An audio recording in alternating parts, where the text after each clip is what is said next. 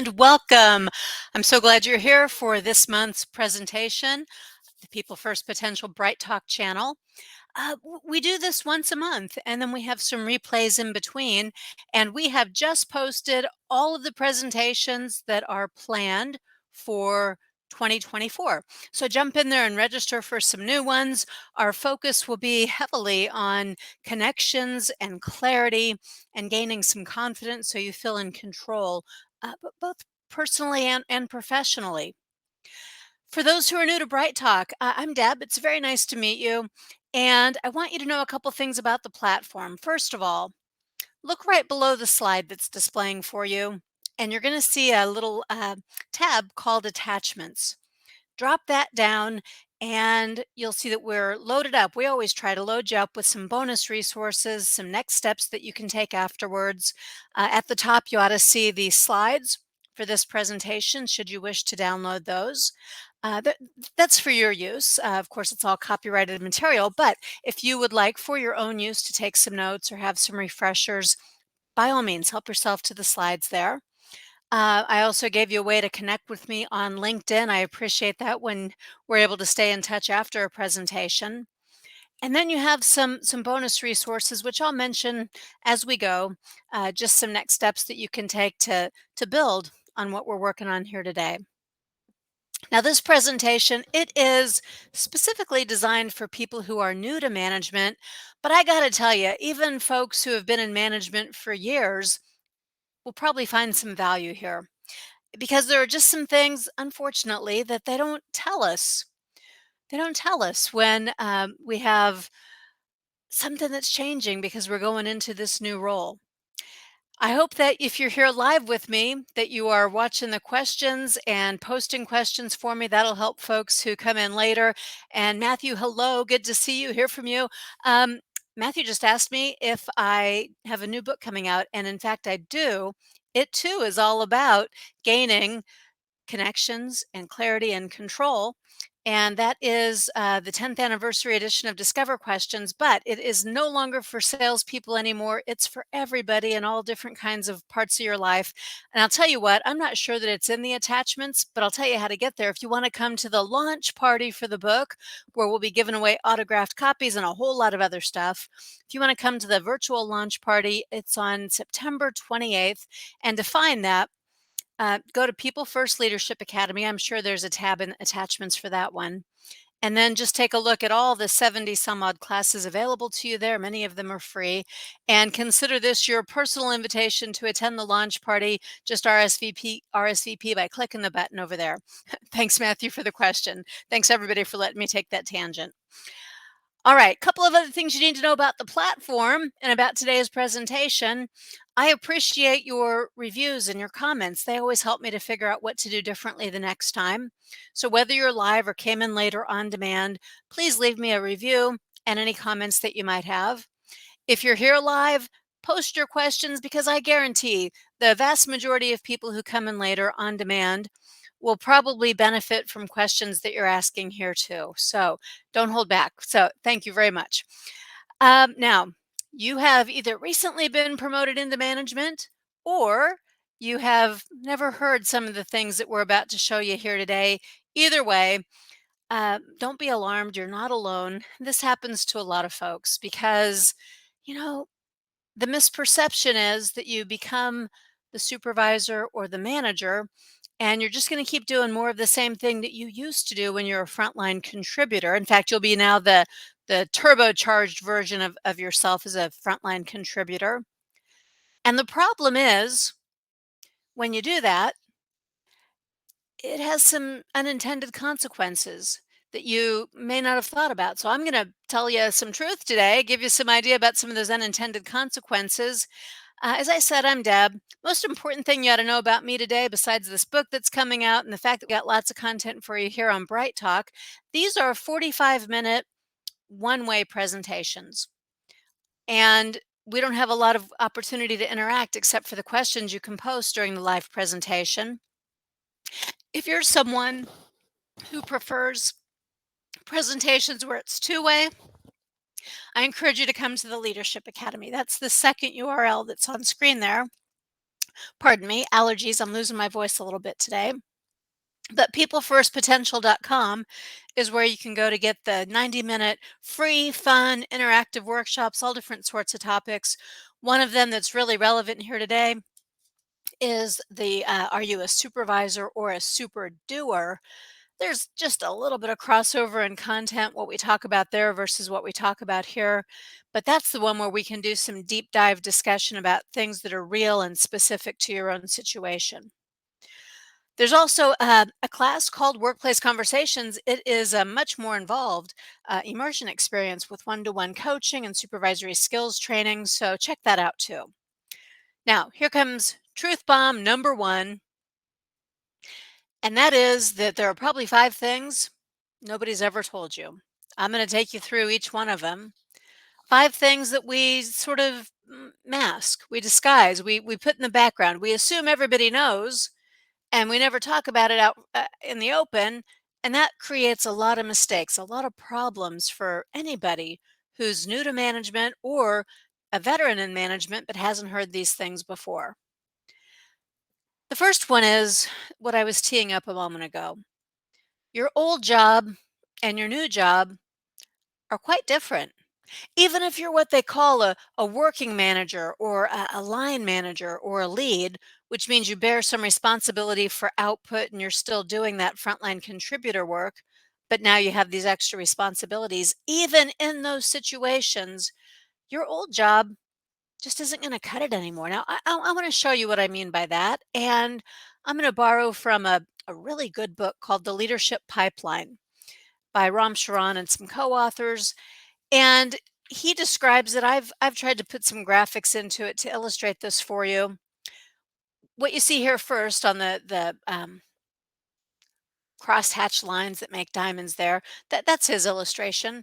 And every time you see an intersection, like here at the bottom, it goes from managing self, and the first intersection labeled passage one, that's where you first begin to manage others or to influence others because you're managing projects or something of that nature. Every one of those passages represented by intersecting lines, well, they each represent 3 big things that need to change in the work you do. The skills that are required, the amount of time that you'll allocate to some different sorts of things, and the value that other people are placing on your work. I'm going to group these just a little bit differently because he's got 6 passages represented there, and I'm just going to cluster them together into 3 passages. It'll be a little easier for us to digest. Mostly, I think we'll be talking about the first 1 or 2. So as I show you each of these 3 skills, time, value, I'm going to have groupings. The first one will be uh, when you go from being an individual contributor to where you manage yourself. The first passage being that you now manage or influence others. We're going to call the second passage managing managers. On this graphic, it would probably represent passages 2, 3, maybe 4. And then the very senior level management, we'll call that managing managers level 2 and up. And so that's going to be business group, enterprise type managers. Everybody in the C-suite is definitely there. And this is what it looks like when we start to frame it up in that way. Now, I'm still building from what's in the leadership pipeline. I've just tried to graphically represent it for you here. If you want to read much more about this in depth, you'll get that book. Okay, so no matter what your functional area of expertise might be, maybe you're in sales, you're in HR, you're in manufacturing, you do work in the finance department, it doesn't matter. Everybody in every functional area starts out being a frontline contributor. You have certain functional job skills. Maybe you went to school for them or you got some sort of credentials. Those functional job skills are your number one day-to-day priority. You do that work using those skills.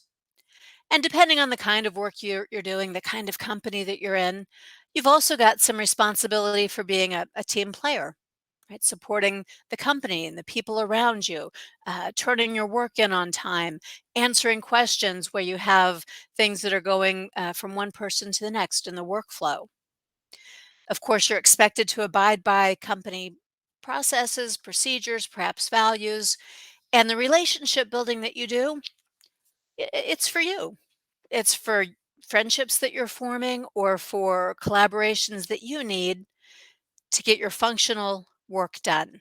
That's what you're measured on. That's what your job description says. That's what you pay attention to every single day. Okay, so that's what we're looking at when we look at column one.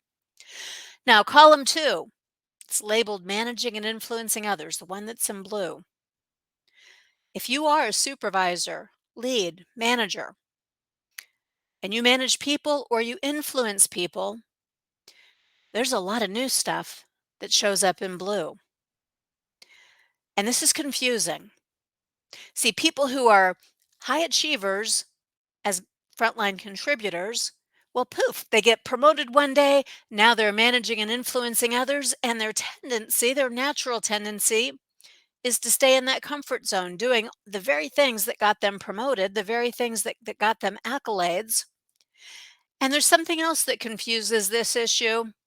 Truth bomb number two, many folks have embraced the notion of being a servant leader. And the way that in common parlance people tend to think about that is, yeah, I'm a servant leader. I roll up my sleeves and I work side by side down in the trenches with my team. I would never ask them to do anything that I wouldn't do myself. I spend a lot of my time supporting them. And that all sounds good. And I respect the commitment you have to helping other people and the humility. Here's the problem. Robert Greenleaf, the guy who invented the whole concept of servant leadership, and that was very well founded in research, that's not what he meant when he coined the term servant leadership. He said the highest form of service that you can ever do as a leader is to help people grow in their own right, in their own capacity, competence, and confidence. And you can't do that by doing their work for them. So a servant leader doesn't focus on doing the frontline work. A servant leader focuses on growing and developing people, which is much more aligned with what you see in our blue column here: delegating, coaching, motivating people, setting up opportunities for them to meet expectations and to be successful. And if you're not doing that, chances are you're not doing it because you're stuck over there in frontline contributor mode with very good intentions to help people, especially at a time when so many businesses are short staffed. But you are in the wrong column. You're doing somebody else's job. And whether you realize it or not, you're depriving them of the opportunity to learn and grow and expand their capacity to do their own job. You're also depriving them of what they need. And the reasons that people often leave organizations are because managers don't delegate. They don't set expectations. They don't monitor performance and give honest feedback. They don't take time to motivate people and communicate effectively. There's a void in that blue box if managers aren't managing. All right, now I know I've probably said some sort of shocking things here, so I'm going to monitor the question box. I would love to get general reactions from the folks attending live. If you have questions about that, if you feel like what I've said so far is absolutely impossible for you, let me have it. In coaching and consulting across a lot of organizations, I probably won't see anything I haven't seen before. And frankly, I probably won't see anything that I don't truly understand, because I've been here and I've done this too, and I've made these mistakes, and I had to have some wake up calls. All right, let's talk about the green and the orange boxes. These would be for people who manage managers.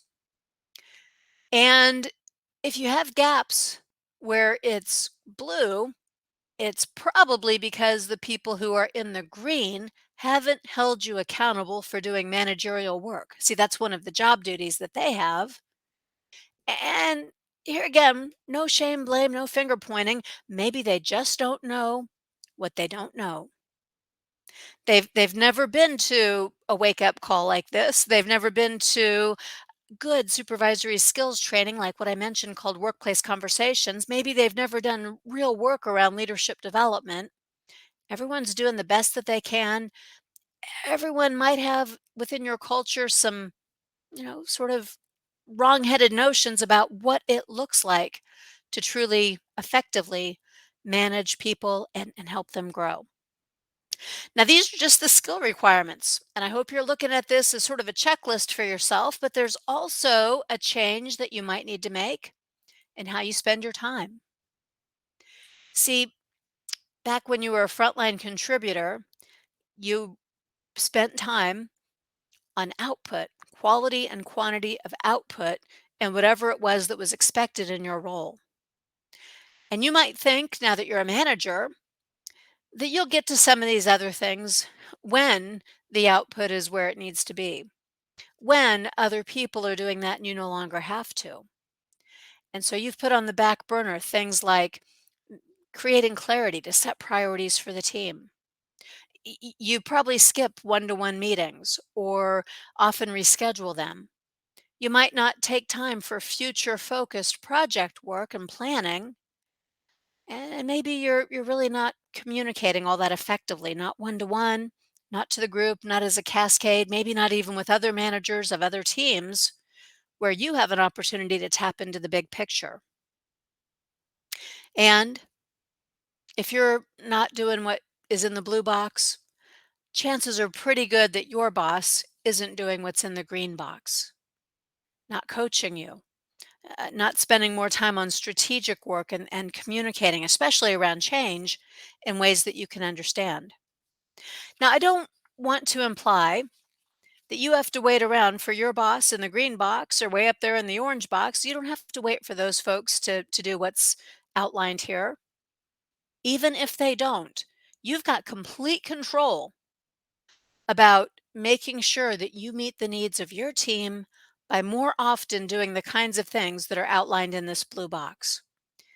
And when you do, it doesn't take a long time to build these skills and to start using these skills and to applying your time correctly.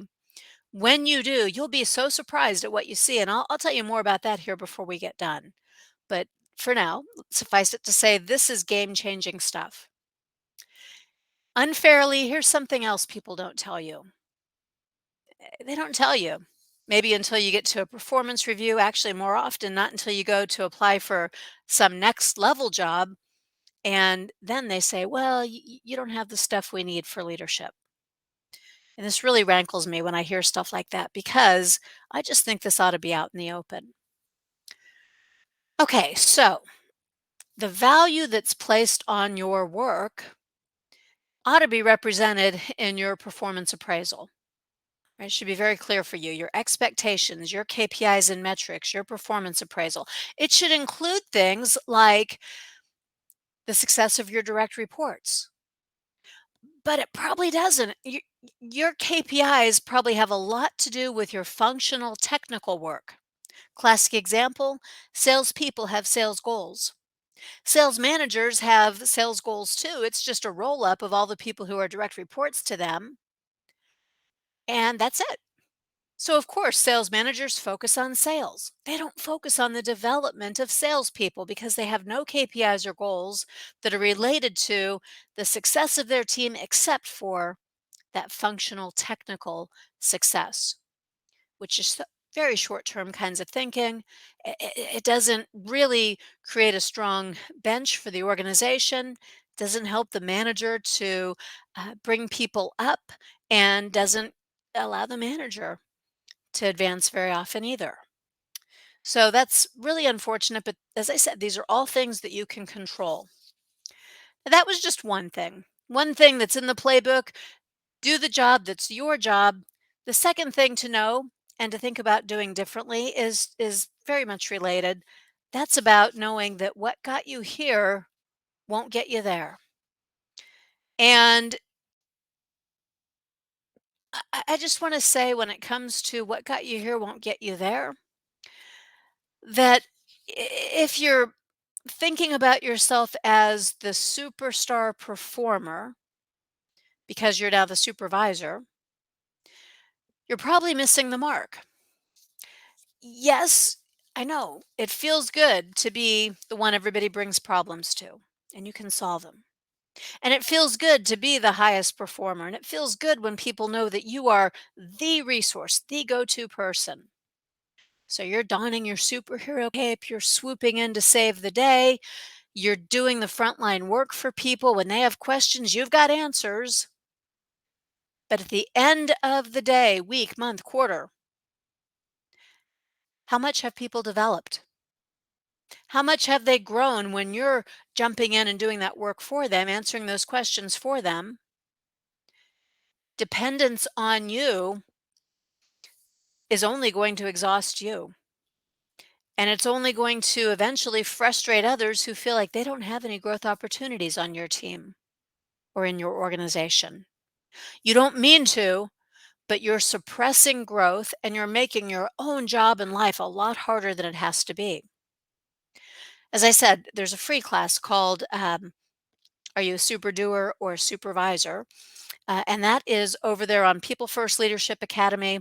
And it's coming up pretty soon. It's one of our most popular classes. I think it might be next week for those who are listening to this live. But we also repeat it every quarter, so don't miss out. I want to make a clarification. Your work is more often needing to be in the managerial column that we talked about with those passages. And to do that work, you'll want to access soft skills and develop as a leader and think more often about people practices because people development ought to be your top priority. But I am in no way suggesting that you ought to go put yourself in some ivory tower. In fact, if you're truly going to develop people and you're going to engage employees and support people in meaningful ways that help them grow, if you're going to do all of that, you have to stay connected, but it's connected to the people, not connected to the frontline work. And I want to strongly encourage you. Here, this is a caution, a red flag. If you start hearing yourself do manager speak, step back. Here's a place where you do want to get reconnected to people and to their needs. I'll give you an example. This is one of my own pet peeves, dealing with ambiguity. It's a common competency. You see it in a lot of job descriptions, but I want to go deal with ambiguity as something that no one said ever. No one wants to deal with ambiguity. No one is really truly good at dealing with ambiguity. And if you start finding yourself saying things like, hey, you've got to learn how to deal with ambiguity, I want you to check yourself because that's actually a symptom of lazy management.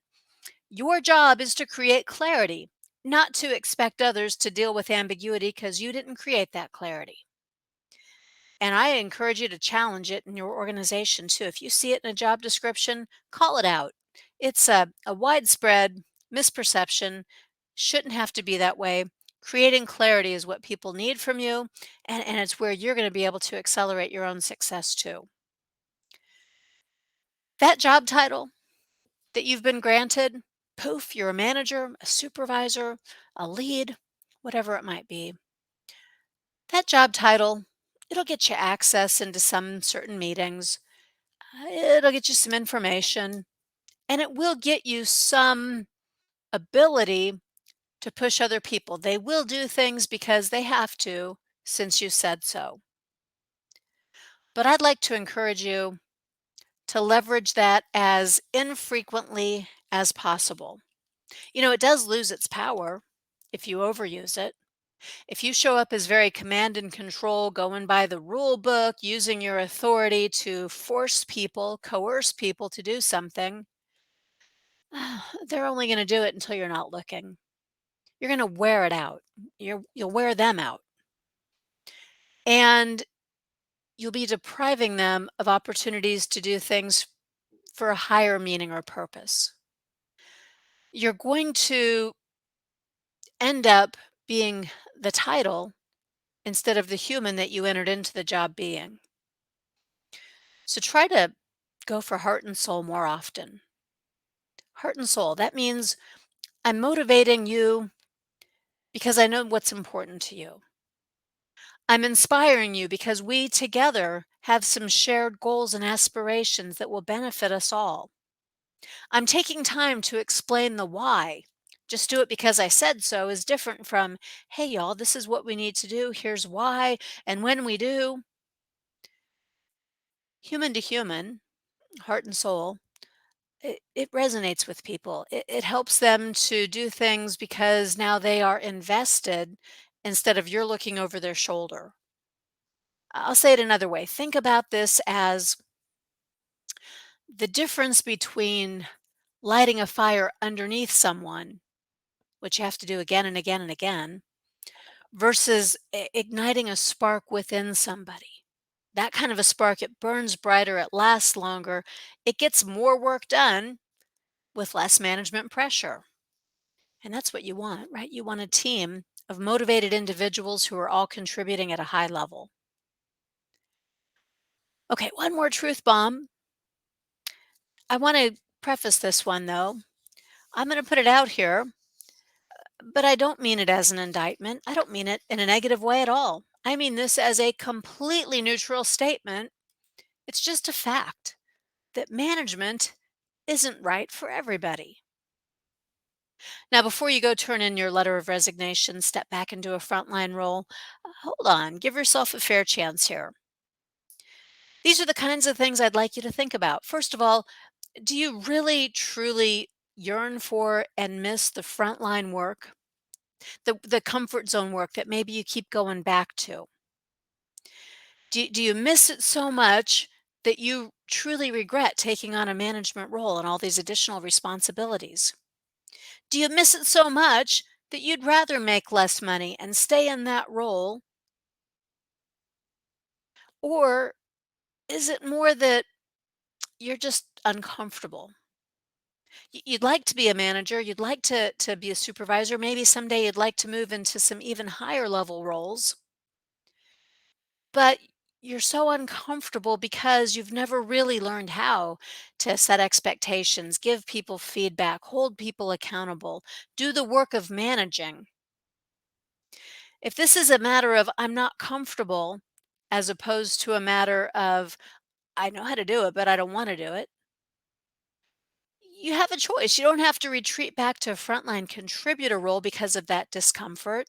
You owe it to yourself to access good management training so you can build these skills and develop that comfort. And I know it's going to sound like I'm advertising, but this class, Workplace Conversations, it's available as e-learning, so you can do it self-paced on demand. It's available in public workshops that we run quarterly so that you can meet people from other companies in a virtual setting and you can practice in a safe zone.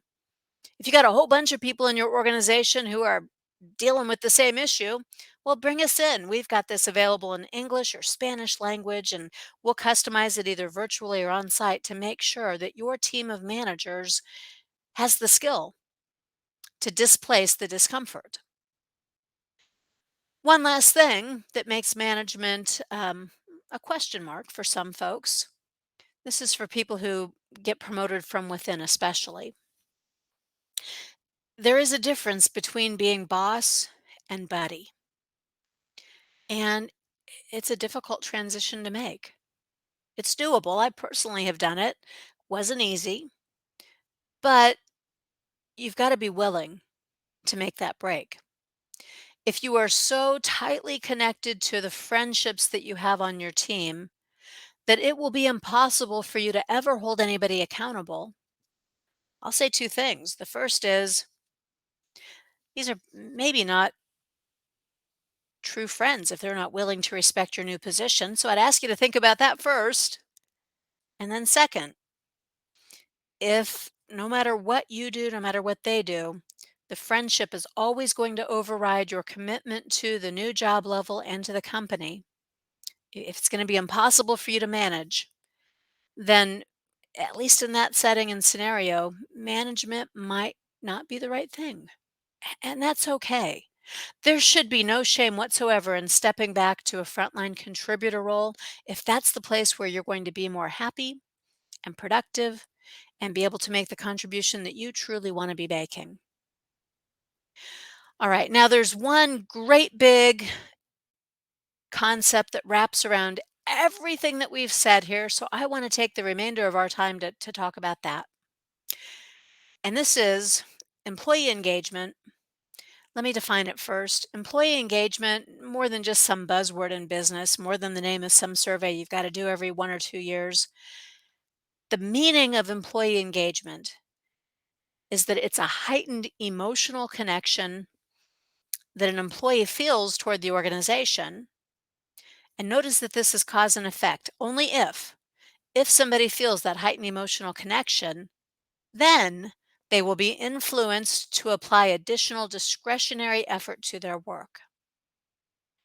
Okay, so managers, supervisors have more impact on this emotional connection than anything else or anybody else in the organization. No matter how great the culture, no matter how great the senior leadership team, no matter how great the product and the mission and the vision and the values might be, no matter how awesome your teammates may be, the supervisor influences this more than any other person or factor, which means what you do as a supervisor, what you do either creates higher emotional connection or lower emotional connection. And everything we've talked about so far, like you doing the job of being a manager, well, if you're not doing the manager work, if you're attempting with all the best of intentions to do the frontline contributor work without meaning it or intending to, you have diminished emotional connection. And if you have diminished emotional connection, people are applying less discretionary effort, and that has consequences. Engagement matters so much that it is the primary, not secondary, not maybe, but always the primary number one enabler to execute on any business strategy. Any, every business strategy depends on employee engagement. And when you have heightened emotional connection that leads to additional discretionary effort, the business impacts are massive. Right? Organizations that have higher levels of employee engagement also have more productivity, higher levels of loyalty from their customers, improved sales, reduced expenses, higher profits. Every single one of those things comes from employee engagement.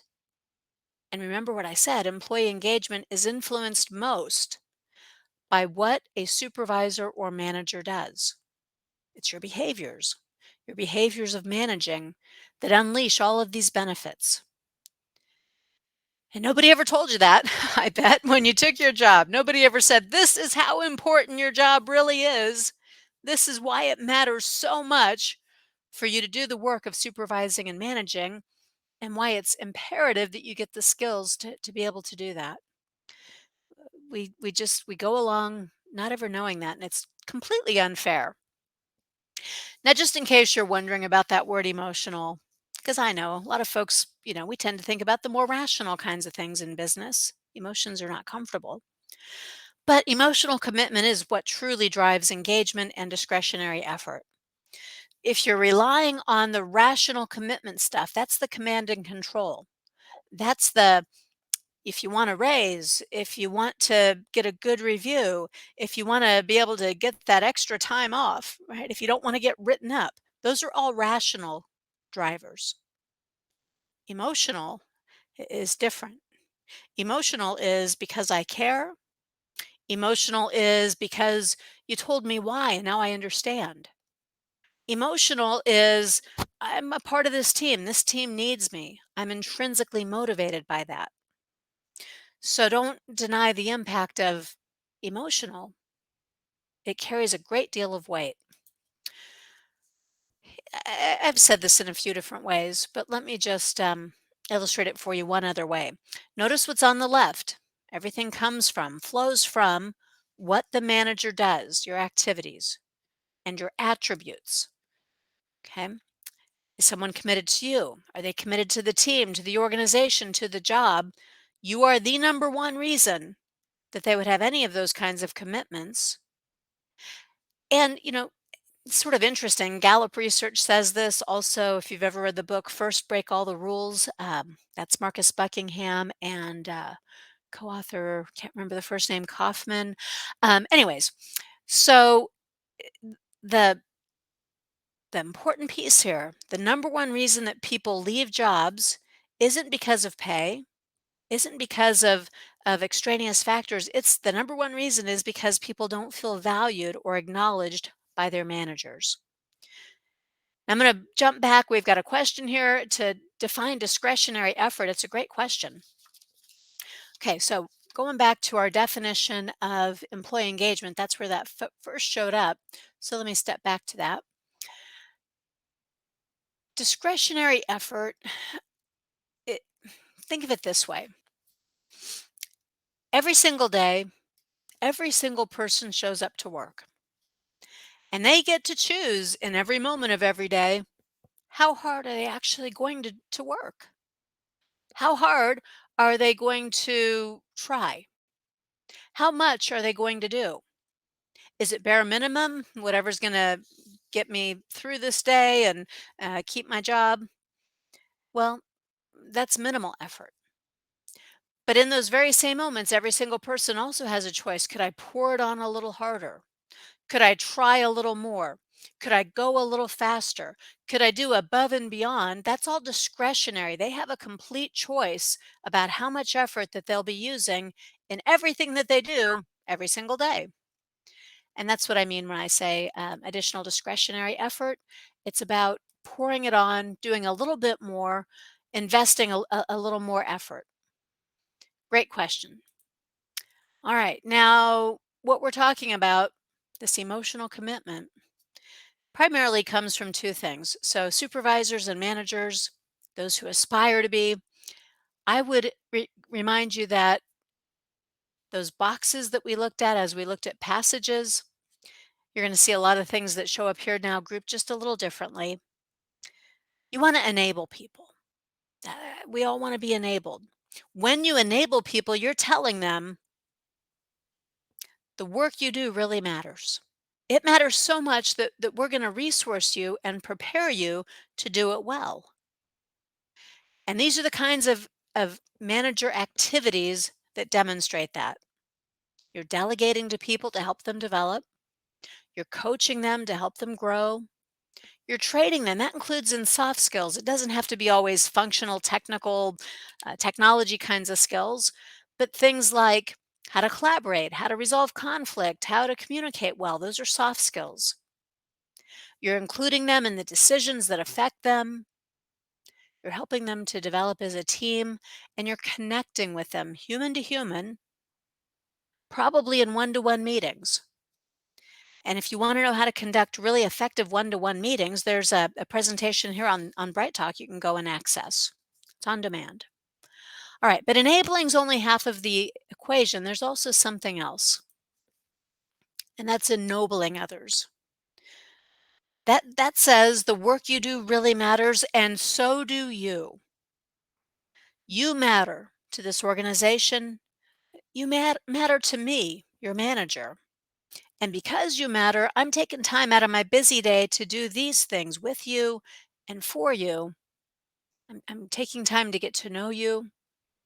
I'm taking time to share the big picture and help you understand the why of our work. Taking time to truly listen and understand your input and your opinion. And when I give you new tasks, I'm helping you to see how they link to our mission and our vision. Right? Something that's inspiring, not just because I said so, but because you matter, the work you do matters, and here's how it all fits together. And I'm recognizing you. I don't have to have a big reward system or a formal program. I might just be saying, "Hey, thank you. This work you did was important. Here's why it's important. Here's what I appreciate most about the way you did it. Thank you." So it's a meaningful recognition. Basically, you're putting people first, not the functional, technical work that they could be doing. You're putting people first so that they can do a better job in the functional and the technical. And you will be surprised. When you do what we've talked about, they'll do more without you. You're doing manager work, they're doing frontline contributor work, they're growing in their capacity, their confidence, their competence. They're proud of the work that they're doing. They're stretching to apply that additional discretionary effort because they care about the work. They care about you. They care about the organization. And at the end of the day, everybody likes what they're doing just a little bit better. People stick around. You have higher levels of retention on your team. Productivity soars. Customers are happier. And pretty soon, because you are managing, you're demonstrating leadership and you're demonstrating the growth of people. You're demonstrating that you have potential. And now people are watching. What else could he or she do? And you're making yourself promotable as well as making your people promotable. So, those are some things, those are some essentials that ought to be in your playbook if you are a new manager or if you're a veteran manager, it doesn't matter. If you haven't heard this stuff before and if you haven't actively pursued managing in this way, well, I encourage you to try it. You'll become a believer pretty quickly because this really does work. But if you have other questions, don't hesitate to be in touch with me. Go ahead and come to the launch party. Go ahead and leave me a review here. Connect with me on LinkedIn. Come back for some other sessions in 2024 and just let me know how I can help. Thank you for your time today and stay in touch with me.